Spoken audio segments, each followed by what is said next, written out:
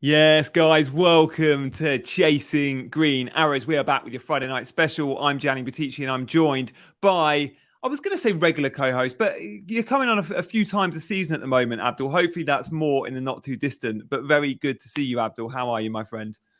I'm good, mate. How's yourself? Ready for the Yeah, new I'm, season?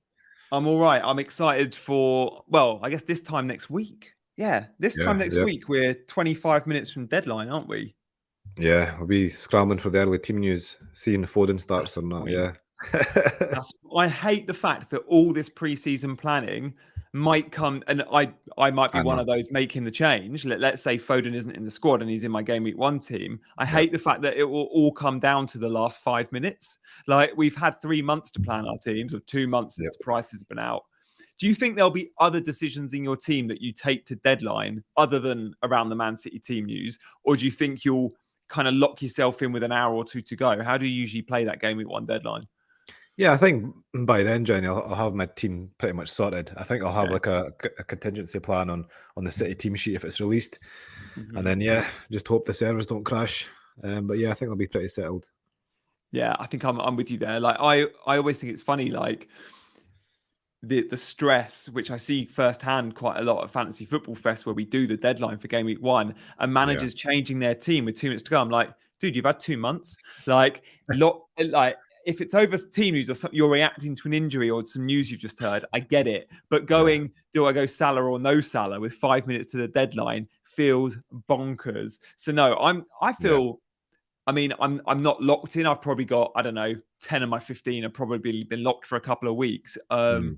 And then the other changes will be off the back of press conferences and minutes we see pre-season the next couple of days. But the last couple of days, I've always seen some big news, right? I haven't looked at Yeah. your team yet, and we're going to see it very soon. But let's just digest some of the news in the last couple of days. And the big one, I guess, is the Gabriel Jesus injury and the Nkunku injury. But first, the Jesus injury. How are you?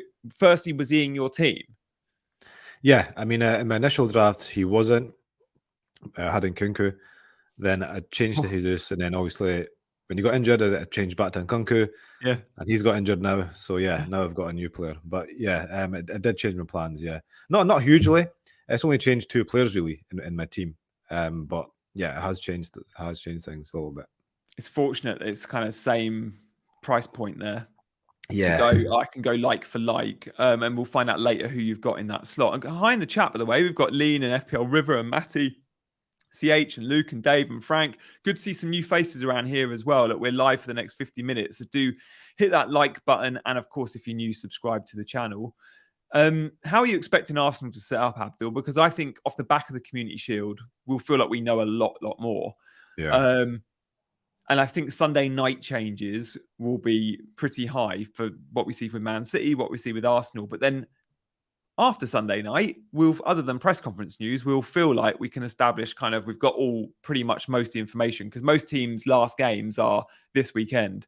Are you expecting to see Trossard number 9 and Ketia number 9?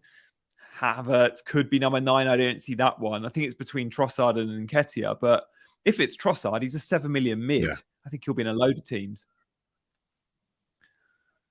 yeah. I think I think it will be Trossard, but there's just no way to know.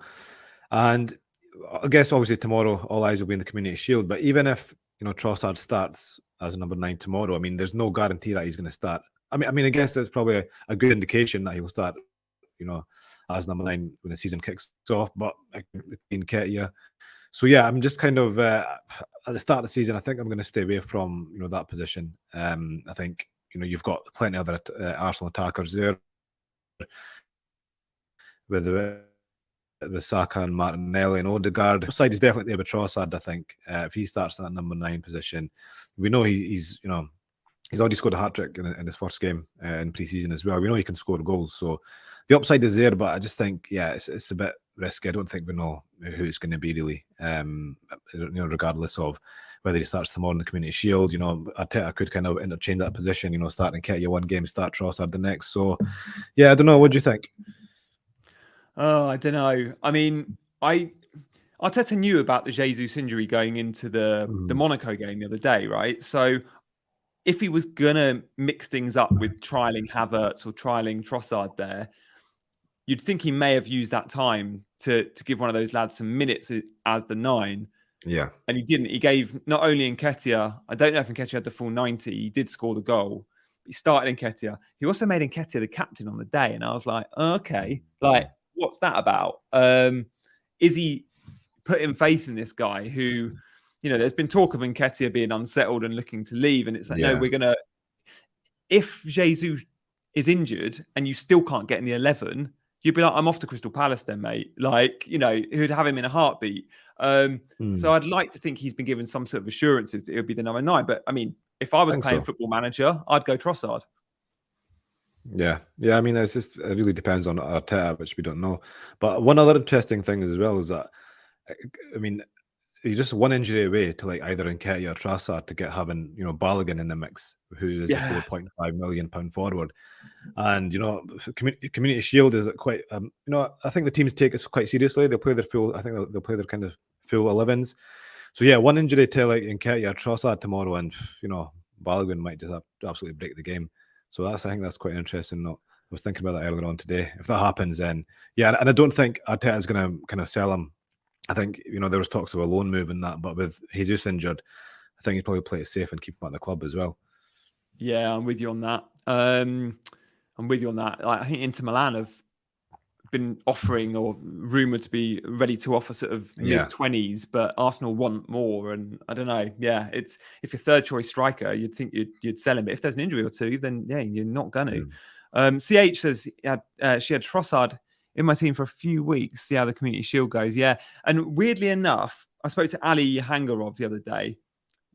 Chaser, you'll probably be in the chat tonight, actually. Ali's got Trossard in his 11, in his team, in his squad. And this was before the Gabriel Jesus injury. I was really surprised, but I'm like, who am I to question Ali, who is an Arsenal fan? He said, Trossard's been so good pre-season that Ali sees there's a good chance that he gets into the 11, even if he's not the 9, as the left-sided number 8, where he has played a bit, sharing minutes with Havertz, and even Declan Rice played there against Monaco, or even wide left. So there's a few routes to the team for Trossard, and still definitely one to consider. Sean says Arsenal scored more goals when Trossard started at the 9 and him and Martinelli switched. And it's great for Martinelli when Trossard's in the team, because Sean, you're right, they do exactly that. When Nketiah's in the team, it ain't good for Martinelli. Look at Martinelli's goal involvement with Jesus or Trossard versus who played the role quite similarly to Nketiah.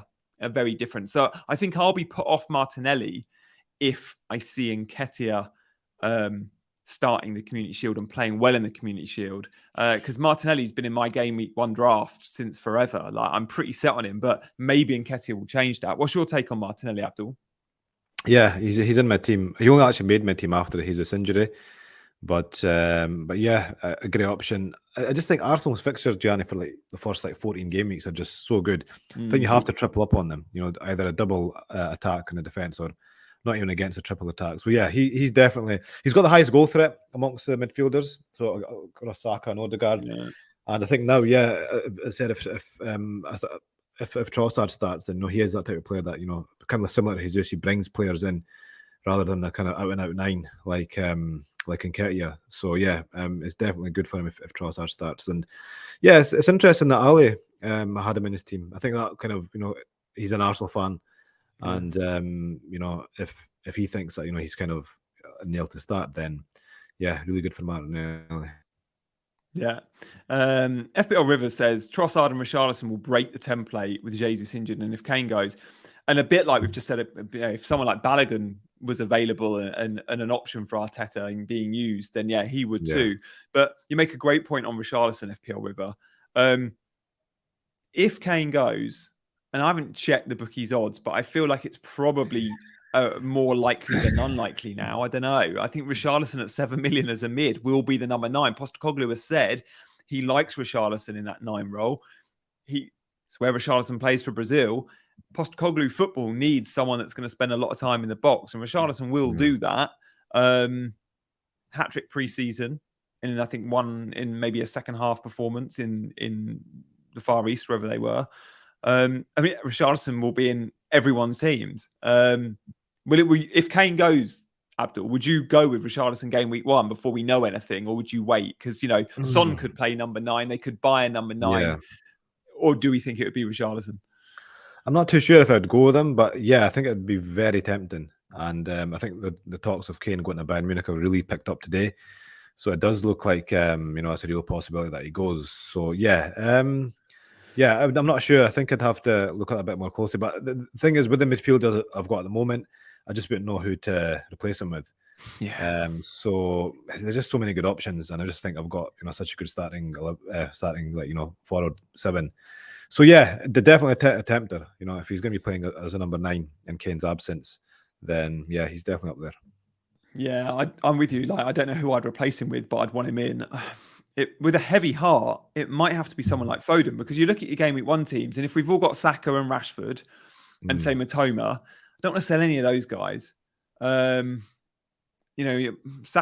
Rashford, Matoma, Martinelli, I don't want to sell any of them. And then I include Foden. I don't want to sell him, but maybe I would for a number 9, Richarlison. And by the way, guys, Spurs are gonna score a ton of goals. I was looking at that first pre-season game against West Ham. They lost. I think they lost 3-2. The first game under Postecoglou, they had 32 shots. Like, somehow they lost the game. But whoever's number 9 for Spurs, even if that is Richarlison, he's going to score bucket loads because of the football that's being played. Punter says, does Abdul have Salah in his team? You're going to have to hold fire, Punter, because we're going to be looking at Abdul's team in the next 5 minutes. So do stay tuned. Other big pre-season headlines in the last couple of days. I'm trying to think. The Nkunku injury is a big one.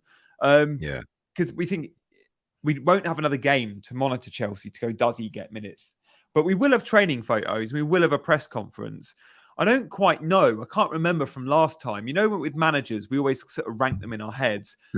Great for press conferences. I tell us the truth all the time. I don't know. Ancelotti always did. Or really bad at press conferences. You never quite know. Eddie Howe, Pep Guardiola, for example. Do you remember where Poch sits there? In that league? Not that now that you mention it, I don't. Because I think Spurs' team was always quite settled anyway. Yeah, true. We all knew it was Kane was starting and Son was a starter. So yeah, I don't think we kind of really. It wasn't one of the teams we were kind of really, kind of probed. So yeah, not sure. I wonder if he'll be. Yeah, I mean, I guess we do get the training ground photos, and if you're going in Nkunku, I think we'll have enough information to suggest if he's fit or not, whether or not he's a starter or not. But you could still look at Jackson. I mean, it's not one or the other. They'll both be in the 11 if they're fit.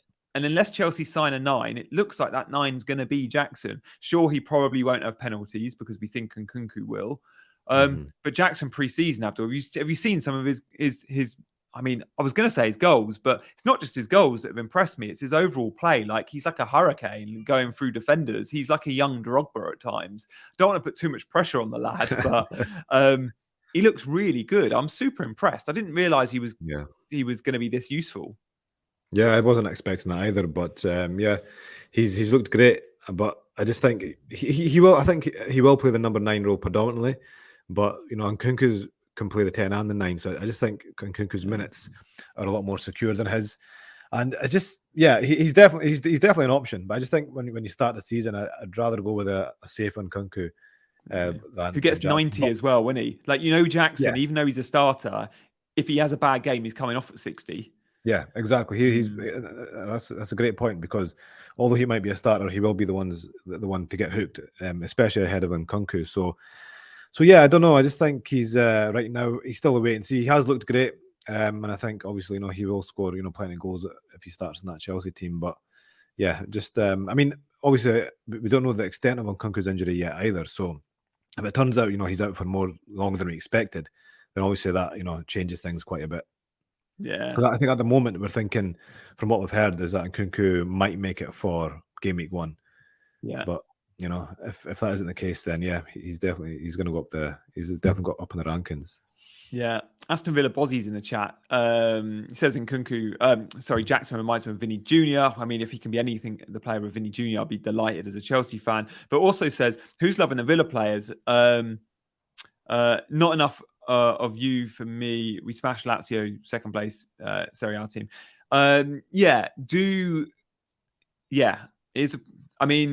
I do think Villa are a great option this season, and we probably are overlooking them. I wouldn't read too much into the result against Lazio. I think Serie A starts a week or two later than the Prem usually does. And usually pre-season they're a week or two behind, which does make a big difference when you're talking of only a 4-week pre-season. And they're definitely not the second best team in Italy, despite where they finished. But anyway, Villa looked great yesterday. And I think we're overlooking them defensively and in attack, because defensively, since Emery's been there, they've almost been as good as anyone in terms of shots conceded and goals conceded. Not necessarily clean sheets, but certainly shots and goals conceded. And when you've got a 4.5 Pau Torres, I think he's a real option. I'd swerve Matty Cash. I think he's a little bit of a rotation risk, because Emery has spoken about maybe with the ball, they're a back three. Therefore, it could be Concert right back. And you're looking at your Morenos or your Deans to provide the attacking threat down the left. But in attack, I love the look of Diaby as well. His numbers, I know it's the Bundesliga and we shouldn't compare too much, but his numbers last season, Abdul, were amazing. He's 6.5 million. Yeah. And his numbers, I was looking at his numbers, he's quite similar to like an 8.5 million midfielder. Really similar stats to Martinelli when you're looking at his XGI. But yeah, as you said, it's the Bundesliga tax. But I mean, 6.5 million though. You know what I mean? You got to look at the price as well, and the team he's playing, and I think he'll provide great value for that. And I think he's going to be nailed. I think start the season, okay, he might get reduced minutes, get maybe come off early, possibly, but he's came into that. He's too good to not be a starter. You know what I mean? So he's going to be an option at some point. Yeah, and I think Watkins we've got to speak about. I feel like we might be speaking about Watkins when we see your team, though. So we'll hold that thought. But yeah, Emi Martinez is a goalkeeper for 5 million as well. Probably a bit overlooked because Anana is such a good value option. Yeah.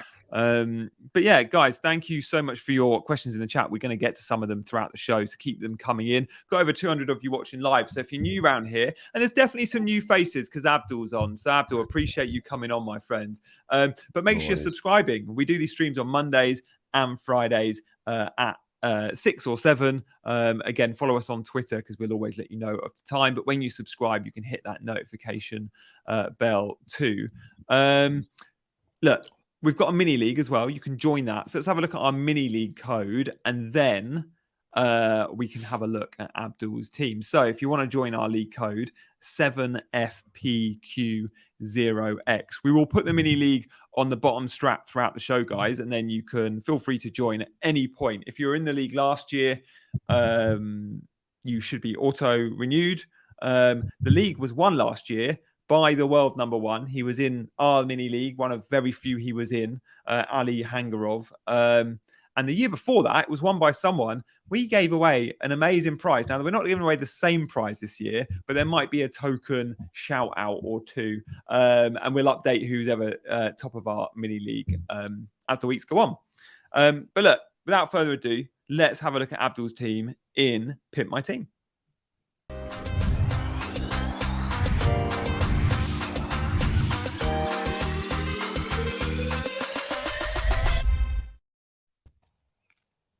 Abdul, before we see your team, I had a question saying from Tom, hey, Gianni, is the Chaser team going to be part of your mini league? So we've built this Chaser team, which is all the guys in the chat feeding into our 15-person squad. We'll show the Chaser team later in the show. But yes, it can't be my second team because you're not allowed a second team. That's against the FPL rules. So it's going to be our producer's team. And yes, he will be in the Chaser League as well, Tom. It's a good question. And Abdul, I want your take on the Chaser team later. We'll probably make a transfer or two tonight on that team as well, because we always put a poll or two out to our Chasers. So talk us through your team. It's looking pretty useful. Should we start with the defence? Yeah, let's go. So I've got Anana in goal. And then Gabriel, Estupinan, Chilwell, Pau Torres, and Baldock as my 4 million.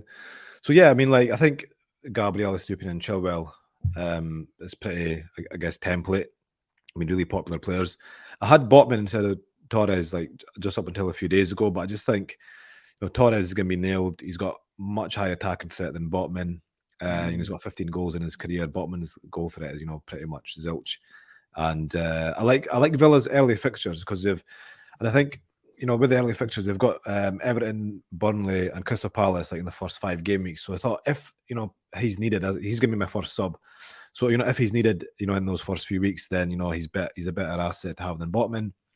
And I've gone Baldock as my 4 million midfield defender because I just think with Jayden Bogle, who's his competition, he's apparently he's injured and he's apparently going to have surgery. Oh, So he's going to be really? a while. I Yeah, missed yeah. that. So it's weird because it wasn't really being reported. And I just when I posted my team, it was a Sheffield United fan who actually messaged me and said, "Look, Baldock's nailed because Bogle's injured." So I googled it and I managed to find something on it. So yeah, he seems like he's injured. And I just think that makes him, I think the best 4 million to start with because he's got the most goal throughout all the 4 million defenders. And again, with Sheffield United's fixtures, they've got the best fixtures, I think, out of the promoted teams early on. So again, if he's needed, I think he's the best asset. Jordan Bayer and Bell and Kabore, they've got a blanket game week 2. Luton obviously, probably gonna be the worst team in the league. So I'd rather have a Baldock there than them. They're all good options too. I mean, they all look like starters, but yeah, that's the reason I've gone for Baldock at the moment. And we'll see how it goes. When game week 1 comes.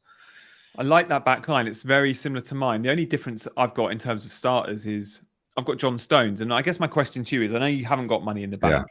Yeah. If John Stones was 5 million, because I've got a little bit of money to play around with, and I don't have Gabriel, would you pick Gabriel or John Stones if they were both 5 million? I'd still go Gabriel. Would you? Gabriel is just an awesome pick, Johnny. I think he's nailed. He's been in my team since day one. He's 5 million. He had the highest XG amongst defenders last season. He scored 10 goals in the last 3 seasons. His goal threat is absolutely immense. Honestly, I think he'll score at least 3 goals again this season. I'd put money on that. So yeah, Gabriel is great. Stones is great as well. I did have Stones in the previous draft. This was before the Nkunku injury.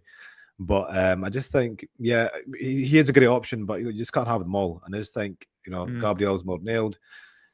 Stones will definitely miss a couple of games in that first 5-6 game weeks, won't he? He will. And I do like his new kind of inverted role on the right side as well. We've seen pre-season, he's getting forward a lot more. He's going to have a lot more goal threat, which is obviously, really attractive. But yeah, I just think right now he doesn't make the cut. That could change though. Yeah. All right. That's good to know about Gabriel. Because now I triple Arsenal attack. I had Martinelli, Jesus and Saka.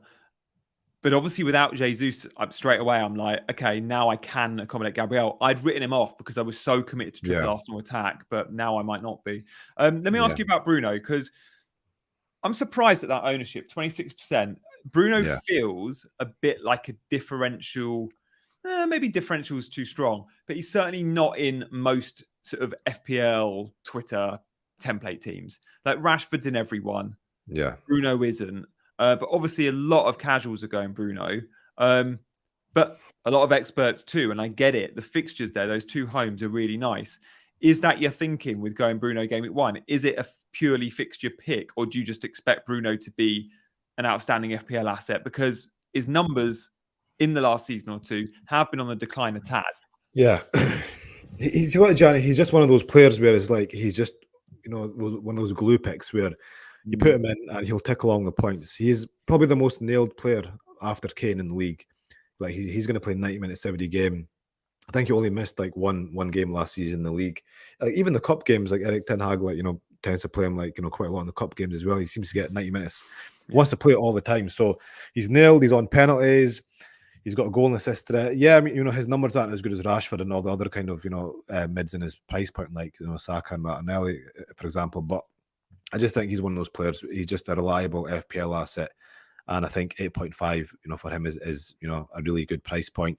And yeah, I don't see 8.5. I think the only other option in that is probably Odegaard, who I like.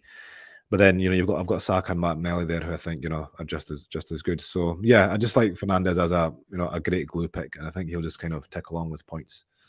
Yeah, no, fair point. I'm with you there, and he's someone I really want in my team, but I just can't somehow accommodate. And Bomo over Matoma, I guess that's the other big question. There'll be a lot of chasers in the chat that are on Matoma. I'm guessing Matoma's even higher than 21% owned. I've gone Matoma. You've gone Mbomo. A penalty appeal, I guess, is a big one for you. Yeah, penalty appeal in minutes, Johnny. Roberto De Zerbi's comments, pre-season were a bit not worrying, but I guess it caused for concern because he did state, that they're competing across, like 4 different competitions, and he's going to rotate. And then they've got March, they've got they've got Matoma, they've got that I can't remember his name, is it Rodrigo, and then they've got Sissio. So so I think they'll be fine for the first 5 game weeks because they don't start Europa League until after the first international breaks. So first 3 or 4 game weeks will be fine. I think maybe then reduced minutes rotation might kick in after that. But the first 3 fixtures are good, and then they kind of stiffen up a bit for Brighton. But I think with Mbeumo and Brentford, they've got fantastic fixtures all the way through, until game week 8. Absolutely phenomenal fixtures. And he's got the minutes and he's got the penalties. So Matoma's a great option. So is March, but that just pips it for me with Mbeumo. So just as I said, you just can't have them all, especially in midfield. There's just so many good options this season. It's just like you're kind of spoilt for choice. There's so many good options that this is a first season I can remember where I've not even considered a 4.5 million player, because usually you have that bench option, 4.5 million mid. But this season, there's just simply too many good options to not want 5 of them. So it feels like our lowest price midfielder in most of the teams I'm seeing, and certainly all the drafts I'm making, is 6.5 million. And there are some good midfield options slightly below that. But it doesn't feel like there's a dead midfield spot this year, as there is, say, for example, for many with the strikers. But look, let's talk about the strikers, because Watkins, I'm guessing, was your Jesus replacement. Again, 17% owned.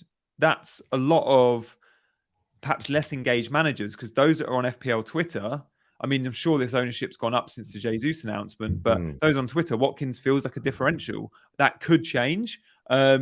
But it's a sensible, good pick, I think. He did miss a penalty again yesterday. Did you see? I know. I know. And I checked his penalty record is terrible, Johnny. He's had 9 penalties. He's missed 5. Oh my God. I knew it was 4. Bad, but that's bad. And honestly, I think there is, I know we shouldn't take much, weight into, pre-season goals and stuff and, look more at tactics, but I do think with that penalty record and with Tielemans there now, there is a high possibility that he might not get penalties. They might get passed on. But I do think when you're a coach and I think Emery's going to kind of he's not going to want to take penalties off him, right? He's probably going to say, look, practice your penalties, maybe give him a few chances in the league, and then if he misses a few more or he misses the next one, then he'll probably get it passed on. But that's my own thinking.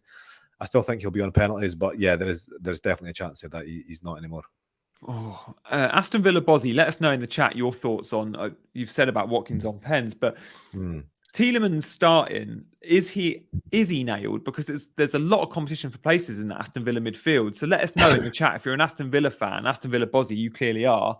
Is Tielemans nailed? Because I'm with you, Abdul. I look at it and think, I wonder if Tielemans gets that chance, but he's got to be on the pitch and in the 11 to get it. And I think he's a class player, but knowing that Aston Villa midfield, I still don't know that 11. I don't think I can call that midfield. And maybe Villa fans can. Mark says they'll go Kamara, McGinn, Luiz. They're the three I was thinking. And McGinn, I think, played really well again last night. Diaby will be just off Watkins, and Buendia will be the 2 behind Watkins. There we go with Aston Villa. Penalty takers are interesting. I was looking at some numbers of some of the other penalty takers in the league. We don't know who's going to be on them at Brighton. We don't know who's going to be on them at Chelsea. Going back to Brighton, though, Pascal Gross has taken 8 for Brighton, and he missed 3. So he scored 5 from 8. So that's not a great conversion. I think João Pedro, definitely a good chance he'll be on them. Chelsea, we hope it's Nkunku or Reece James. That would be amazing. Who was the other? There was another team I was looking at with penalties of the day with a question mark. Chelsea's an interesting one, because if Reece James is on them, that would be, Nkunku's off injured. I'm really curious to know who that is. But I do think it'll be Nkunku if obviously when he's fit. But when he's not there, James is going to be dynamite if he's on penalties. I don't think he's missed one, but again, a lot of James's pens, and he's probably only had under 5 at Chelsea have been penalty shootouts. But yeah, I'd definitely be backing Reece, who's been given the armband pre-season. I think he'll be the vice captain to Thiago Silva. I don't think that's official yet, but it's something you see your captain stepping up, and Reece takes a brilliant penalty. Yeah.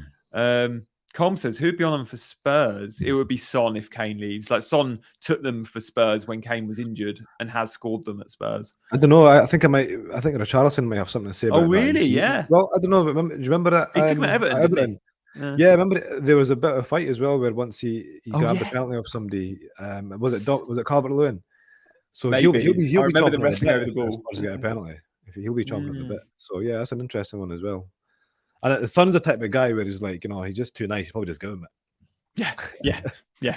Oh, Peter asked a good question. Saka's missed another penalty pre-season. I think he'll be fine because I don't think he's missed enough. I know we all remember the Saka missed penalty for England, but for Arsenal, I don't think he's missed enough.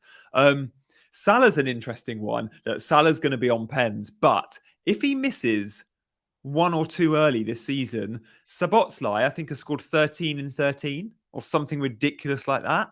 And what's really funny, I think he scored 12 in 13. You'd have to check this out. But from those 12, he's gone the same corner every time. It's unbelievable, that is. Wow. And obviously McAllister is in that Liverpool team. Exceptional. So all 12 of his penalties have been scored in the same corner? Yeah. Wow, I'm gonna have to look on Transfer Market now, or maybe someone in the chat could and let us know. This was according to TalkSport, so I've got to take it with a bit of a pinch of salt. It was someone on TalkSport, someone like, I know, Perry Groves, just blasting something out. But apparently 12 and 13, and those 12 all went the same side. Yeah, but with Salah, Johnny, I think he missed 2 last season, and I think that talk came about. I just think he's too. I think he's too kind of nailed. I'd say he's too big a name in that sense to actually get them taken off him. I think if he'll have to miss 3 or 4 or something to actually get that into consideration. So I think Salah will be safe. Yeah, I think I'm with you. Although his records aren't as good as the other two, but yeah, I'm with you. So McAllister, apparently Luke says 15 out of 16, and Chris has confirmed 12 out of 13 for Szoboszlai. So amazing records for those two. But I'm with you. Salah's the talisman of that football club. Like, he ain't losing them anytime soon. Yeah. And Jurgen Klopp would have, a very stroppy Mo Salah on his hands, and I don't know if that's necessarily a good thing. So this team, Abdul, if we learn Trossard starting for Arsenal as the number 9 and plays really well in the Community Shield, and Foden plays really well in the Community Shield, are there any tempters from that Arsenal-Man City game that you think could maybe turn ahead? Or Alvarez plays well and De Bruyne is out? I don't think for Trossard or Alvarez, but I do think Foden can definitely make it in this team. Probably for Martinelli. But I just think, with those early Arsenal fixtures, I don't see me not going with the triple Arsenal. But Foden could definitely make into this team, especially if we get early team news that he starts. That would be really hard to resist, and if he starts against Burnley. But yeah, I mean, I don't know. I just think with Trossard, I mean, I guess we'll see in the Community Shield, but I just think, when from in game week 1, I usually really play it safe, not as safe as I can when it comes to minutes. And I just think he does provide a bit of a minutes risk, a bit too much. But even when he starts, Trossard's never going to get 90. There's too good a squad there. And that's my only concern with Martinelli. Like, I'm sure Martinelli is starting game week 1. But I know if they need to make an attacking sub, it's likely his number goes up at 70 minutes, while Saka's doesn't. And whilst, I didn't expect if Jesus was fit, his too. So that's it's a good plan. Like, the minutes is so important, and especially now football matches might be a little bit longer in the Premier League. We want them on for 90, right? Exactly. Yeah, I think, what was it in the World Cup? We saw 10 to 15 minutes added on. It was always sort of double figures, wasn't it? Yeah, I mean, there's loads of games where it went up to 10 minutes. I think it averaged about 7 minutes stoppage time, in every game. But yeah, it just makes the likes of Bruno, Salah, Saka just that bit more kind of appealing, doesn't it? Yeah. Aston Villa Bozzy says, Salah, I'd be reluctant to have Pau Torres first sub, as you want a nailed first sub, and he won't be. Yeah, he will be. I know you're a Villa fan, but he will be. Wow. I thought he'd be nailed. Surely. I mean, I know. Yeah, no, I know they've got Mings, Konza, Yeah, they've got and is Mings, it yeah, but Carlos, but still, no, I think he's good. I think the best 4.5 in the game, though, it's a bit of my bias here, is Levi Colwill. yeah, I've looked at him. And Olivia Bazaglo has come on this show last Friday and said she thinks he'll start every game. Every game he's fit. And I think I agree with her there. But the one concern with Colwill, if you've got already Chilwell in your team and you might want to move to a James, or you might want to move to an Nkunku, you could actually by game week 3, when Chelsea's fixtures are really good, you might end up David's just said it, Colwill will block a triple up. Yeah, exactly. Even though he is still a good option in that triple up, but yeah, I'm still quietly confident about Sterling as well, John. I know he's not really performed in pre-season, but I think 7 million he could be in our radars really soon. Yeah, you're right there. He at 7 million is a gift for a player of his pedigree, but pre-season Chelsea fans will probably say he's been our worst performer. He's been so bad, but Poch is fine with Poch is giving him the minutes, and I think he'll continue to give him the minutes. There's not enough strength and depth there now at Chelsea because these wide forwards, a lot of them are left, or a lot of attacking players have left. That Sterling's going to be starting those first 3 game weeks, even if he plays poorly in all of them. So at 7 million, you've got to think things will start to fall his way. Mudryk at 6.5 as well, by the way, should also be a starter and has looked really good pre-season, unlike Sterling. So both those guys, there's options there. So yeah, that's my concern. I've got Colwill in my team at the moment, and I am worried about blocking myself because I'm sure at some point I'm going to want possibly Chilwell and Reece, and then one of those attackers. I think from game week 3, like Chelsea's fixture is just unbelievable all up until game week 8. Like Luton, Forest, Bournemouth, and then Villa at home, and then Fulham, and then Burnley. I mean, that run doesn't get much better, really. Yeah, it really doesn't. You know what I mean? Okay, let's before we leave your team, any final thoughts? Like you've mentioned, Foden could be someone that features. Any other sort of big niggling doubts? I think honestly, most of that team is set. I think that the Paul Torres, the 4 million defender, Baldock, and probably Martinelli are the only kind of, I'd say at the moment. Onana as well, actually. He could well become Flecken if I need to kind of find money somewhere to upgrade. Those are probably the kind of players in my team who aren't nailed, but everyone else, I don't see a better replacement, really. I think it just kind of picks itself. Yeah. I think it's a great team, mate. Honestly, I think mine will look very similar.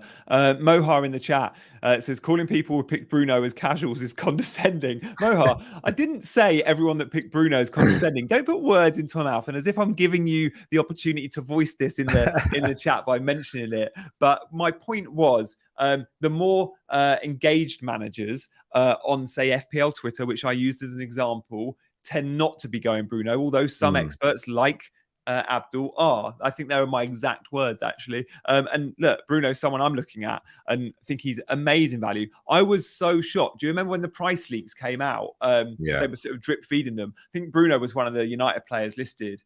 And I was like, if Bruno's 8.5, what, like, everyone's going to be so low. But he's one of the big surprises for me this year with price. Is he you?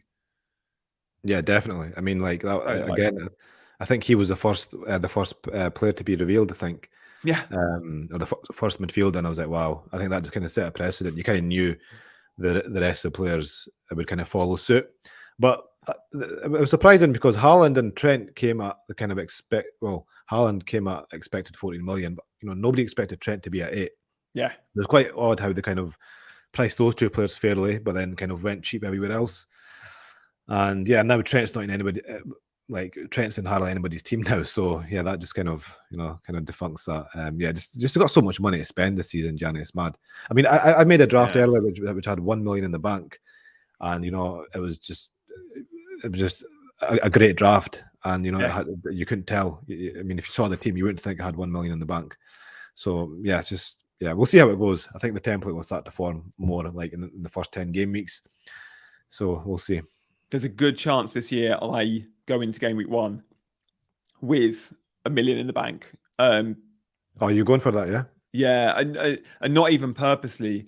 It's just if I don't buy just with Jesus, I had 0.5 in the bank, and without Jesus, I don't think I'm going to be going Watkins, and I'm not going to be going to another 8. So it will be a downgrade, and there's going to be more money in the bank. So yeah, I do like the idea of having 0.5 in the bank. I've always thought going into game week 1 with 0.5 in the bank makes perfect sense. Forget the fact you've been given a 100 million budget, work to 99.5 and just make it happen, because we always get priced out of a move early in the first few game weeks. And I've seen people wildcarding just because of that priced out of a move. And obviously there's a few other factors, not just for one simple transfer, but it does contribute to your thinking when you're hitting that wildcard button too. So yeah, definitely one to consider. FPL Soccer Crazy saying you're hoping to go to Fest next Friday. Hopefully see you there, mate. Animation's got 0.5 in the bank. Mark's got 4 million in the bank.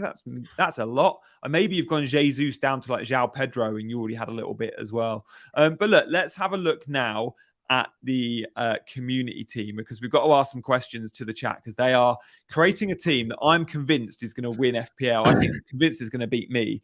So this is the team that they have put together, Abdul. It's similar to yours. It's got Stones instead of Gabriel. It's got Foden instead of Bruno, and it's got Matoma instead of Mbomo. And then obviously Jesus is in there. But the bench is a similar makeup. It's kind of a 4.5 defender, a 4 and a 4.5. I think having seen your team, though, there's going to be some question. There's going to be some strong opinions on who we change and who for. By the way, Anana will be our goalkeeper. We will swap him with Areola next time. So Gabriel Jesus has got to go. Let's put a poll out and give the chat some options. So do we replace him with Watkins? Who would be your other 2 names to throw out there? Jackson. Yeah. Who else? God, you could go Darwin, but that feels Darwin. Risky. Yeah, I'd say they're probably the next 2 best options. Yeah, Jackson and Darwin. Yeah. Let's do that. Let's do that. Jackson, Darwin. I feel like. I mean, I guess. What about Wilson? I mean, are the fixtures too bad? Yeah, maybe. And it's still the Isaac question, isn't there? Like, do they vote? So. Pete says Pedro. I think the popular options are going to be Darwin and Jackson. I think they'll be the 2. And Watkins, obviously. All right, let's do Watkins, Darwin, Jackson. And Jackson. If we can do a 4th, I don't know if Twitter poll allows you, we'll do Pedro. We're not doing Solanke's, the heroic races. Is that just because Abdul's on? Legend. I remember you on last year when we discussed Solanke. And I think I was telling you he's going to be rubbish. And he went and absolutely fired. Vissa says Rayhan. No, you can't do that. So the poll will be up any second. Here we go. We can do 4. That's cool. Look, if we do Pedro, remember there's money. There's a ton of money in the bank to upgrade elsewhere. Darwin, if we do, we're going to save 0.5. Jackson, we're going to save $1 million, and Watkins is the same money. So don't just go with the player you think is like for like, but think what you might want to do with that money as well when you vote. So do consider that. I'm going to go. Oh, wow. I'm surprised at that. Where are we sitting at? I thought Watkins was going to be number 1, but at the moment, Jackson is winning. Oh, Jackson and Watkins are level pegging. I voted Jackson just because I think it'll be fun. I mean, see, the reason I've gone Watkins, right? I just think I tweeted about this yesterday as well. He's just such an easy pick. Like, again, he's like one of those glue picks, Gianna. He's nailed for 90 minutes. Well, I mentioned yesterday, this was before he missed the penalty. I mentioned that he was on penalties, so we don't know that anymore, but it could well be a good thing he's not on penalties, looking at his record. But he is one of those players who just nailed. And, he's just always kind of ticks along the points. And again, I just think if, Watkins doesn't work out, I could move down to a Jackson. I could move down to a Darwin. So he gives you a lot of outs as well, similar to what Jesus done. So I just think, with Watkins, I think he's the safe pick. And I always, as you know, I'm when I start the season, I try to go with the players, with the best expected minutes. So that's my reason for Watkins. Yeah, it's a really fair point. Matty's said echoed your thoughts. Said he's nailed for 100 minutes every game, because he is. It's going to be more like 100 in this season as well. Yeah, it will be, And the fixtures are there, aren't they? Like, I mean, that first game against Newcastle, you could say that's a really tricky one. But going away to St James's Park, you think it might actually suit Villa. Like that's going to be a counter-attacking game for them. Yeah. The thing is, see, the three fixtures that are difficult for Villa are so it's Newcastle, Liverpool, and Chelsea all away. I had a wee look at this last season. He scored 4 goals and 1 assist against those 3 teams last season. Wow. And he's got a bit of a habit of scoring against, big teams. He scored against City last season as well. And previous seasons, he scores against big teams. So, I just like him as that pick. I just think he can score in any game. Just because of what he brings to the table in terms of his minutes and the penalties. So I just think, it's a boring pick. I know it's boring, and Jackson is the most exciting one. Darwin's exciting, higher ceilings, but I don't know. Watkins really affected my season last year. Like I was looking quite good for a kind of good final month or 2 of the season. I don't know. I must have been around 100k with 2 months to go. And I took the decision to go Havertz over Watkins. And Watkins went on that run. And I didn't own him at all. I missed all those goals. It was something like a 40-point swing. So I can't go into this season and have Watkins kill my season by game week 3 or 4. So maybe you're selling him to me as well, mate. I think you might be in the chat convinced, because before you started speaking about Watkins, Jackson was edging it like 35 to 33% or something. Yeah, I can see. Yeah, Watkins. And now Watkins is up to 35. Yeah. And Jackson down to 28. So there's been a bit of love for Darwin. But look, we're going to change it to Ollie Watkins. So there we go. We're going to have still 0.5 in the bank. We'll wait till Monday's show to see if we want to make any other changes, because I think off the back of the Community Shield, we might have 1 or 2 to make. So we'll make sure on Monday we have plenty of time to make changes if we need to. I'm really loving this team actually, because I like the triple. It looks Arsenal. good, doesn't it? Yeah, and you've got Stones and Chilwell there as well, and Stones is the one I want. I think that's one, like the one negative about Gabriel is that you can go for a triple Arsenal attack, and there's so many good options in defense. Like Stones is amazing, a good amazing alternative to Gabriel. So I think that's it's interesting. I mean, I forgot to mention this team is the 11 is my 11. It's my 11, and it's pure coincidence, mate. But I reckon I've spent far too long streaming on Chasing Green Arrows, looking at this chaser team. It's morphed into my 11 too. This is my 11. My bench is totally different. My bench is stronger, and rather than do polls for bench players and waste time when we've only got 1 hour shows, we will replace the bench for the next show, and then we'll see if we want to change it. See, the only change I'd make to this team, like I wouldn't change anything apart from I'd just probably go Mbeumo over with Matoma. That's the only change. You put up a good argument from Mbeumo earlier. I'm just not sold with Brentford, mate. Like I like those. Let's have a look at the fixtures if we can. We'll put the fixtures up for all the teams, the first 6, because you made a good point. Like Brentford have got good fixtures, but are they? I don't know. Brentford in pre-season have disappointed me, I think. They got Tottenham, so we can see Tottenham, Fulham. Yeah, I mean, I think Spurs at home is not a great fixture, but I think Fulham is, like Palace, Bournemouth, and then they've got I can't see that. Hold on, let me just get my phone out. But all the way until game week 8, it's they've got Palace, Bournemouth, Everton, and Forest. And then Man United in game week 8 is a great time to move him on. And Diaby's fixtures, like Villa's fixtures from game week 8 are, pick up hugely. So it's a good move as well. You can just, shift him on to Diaby in game week 8 if he's fighting. Nice. That is a good contingency, that move. And there are tons of 6.5 options. Like we've not spoken about Eze and exactly, Eze. The Heroics Dosis was watching them in Philly live. Good stuff. We got loads of fans in the US. Glad to hear it. To Brentford look terrible. Yeah, and I think that's what's put me off, because the ingredients are there. Like the shot volume is there, the penalty appeal potentially will step up to be the sort of main man, the talisman at Brentford, even though we'll still be wide and Vissa will be down the middle. I just think without Tony in the team, they lack so much, and I question if they're going to be winning games for him to even be scoring goals. And I look at those first 3 for Brighton, and I'm probably blinded by the first 3 because it does turn for Brighton after game week 3. But the first 3 are so good that I just want to back Matoma early, I guess. Yeah, that is the worry. But then the thing is, for me, Brighton are like a fixture-proof team. they'll score against anyone. So even that Newcastle and United game, there's going to be goals in that. Yeah. The way Brighton play it from the back. They don't, even against City, they go toe to toe.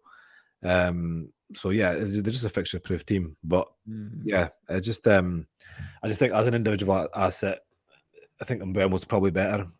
But I mean, this is just, I think when it comes to these types of decisions with Mbeumo and Matoma, it's just so close. It just kind of comes down to opinion. I just think, looking at the numbers, looking at the fixtures, it's really, really looking at like how the team sets up. It's really close.